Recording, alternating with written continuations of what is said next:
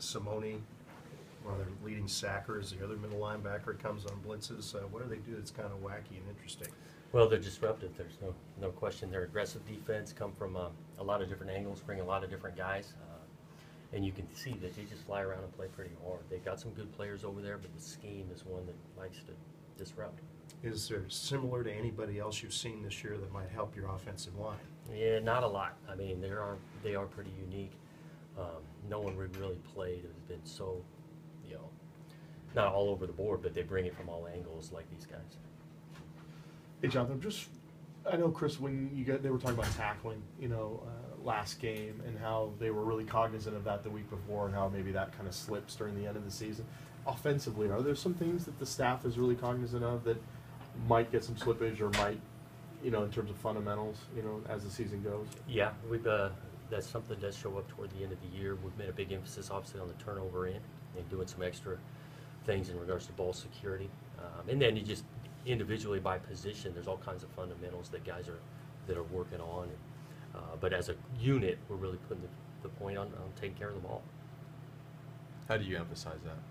Got a couple of different drills we try to do and change up those drills in regards to keeping the ball high and tight and whatnot, looking the ball all the way into the tuck and then create some contact. So we do that, ask our scouters to make an extra emphasis on trying to strip the ball during practice, things like that. With Dwayne, I mean, is it hard to continue to rely on a guy who maybe had a couple fumbles, or is it more just, hey, you played what you play and you need to do better next time type of thing? Yeah, it's a little bit, everyone's going to make some mistakes, and so you can't just be cutting guys when they make one or two mistakes because everyone's a part of that.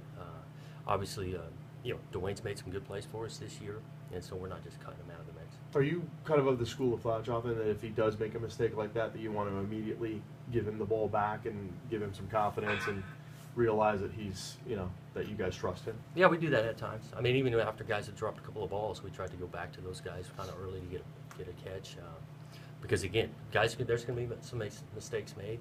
Obviously, we're not hoping for a lot of them, but at the same time, we're not cutting guys for one mistake. You were a young quarterback back in the day. When you played young and you played against a team that blitzed that much, is it that hard when you're a freshman to face that kind of a defense, or is it just a little bit different? Yeah, it's a little bit different. There's no question. We got to do a good job in our protection. I think we're playing a young quarterback with Jake, but he has a bat and eye on some of the ups and downs that have gone on this year, and I expect the same this week. Does he continue to surprise you with this feat? What he's able to do? Yeah, I don't know if I'm as surprised now as it was early in the year, but the kid is a competitive kid, and if there hasn't been something there, he's going to go fight and try to create something, and that's been nice to see.